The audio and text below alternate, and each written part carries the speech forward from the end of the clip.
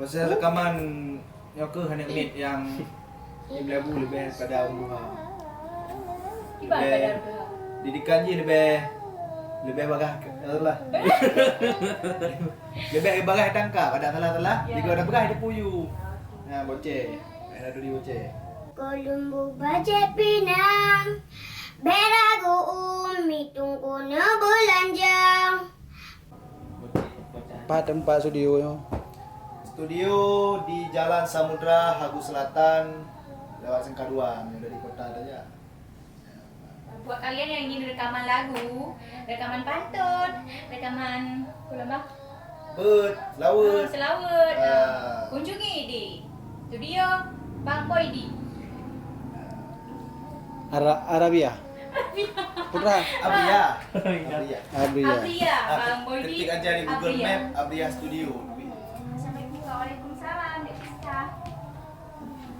Nyo bang nyo sama manajer, orang bukan musik. Nyo abangnya urang dalam. Di dalam. Yang urang nyan rolasi yang anak gede orang di goyang. Kedua bio kan.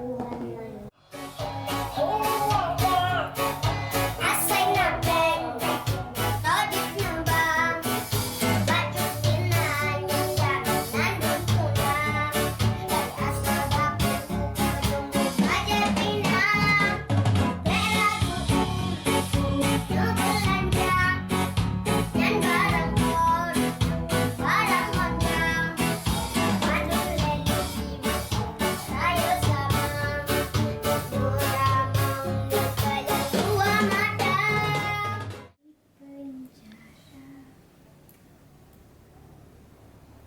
Hai bocah harian, jumpa lagi bersama Bang Boy di.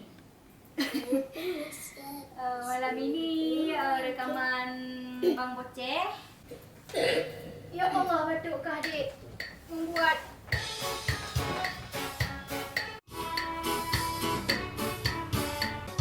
Asai napeng batu moto jut nubang batu tinan jaminan dukunang dari asodaku kolumbu baje pinang beragu umi tunggu no belanjang barang gior nyokon barang monjang mandung deli mengubi raya sama jut damang nyokalan dua madang hai pia pia ngan peng dua du cocok bajet yang ngawang beragu-ragu ayu mitungkung insya Allah barang inahan kecewa tekang cutkinan atragop nyandum padana barang di dalam citle macam gesedia di dalam citle macam gesedia betul ya? citle macam Bersedia. Banyak betul. Dah betul apa? Tiba ulang apa? Yuk.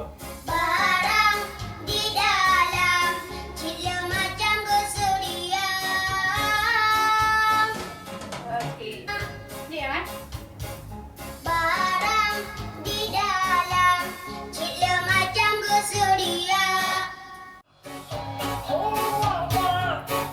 asai napeng todit nambang baju tinan yang nandung pulang dari asal dapur kolumbu baje pinang beragu no belanjang dan barang bor barang mondang mandung lelu udah saya tadi sudah saya dah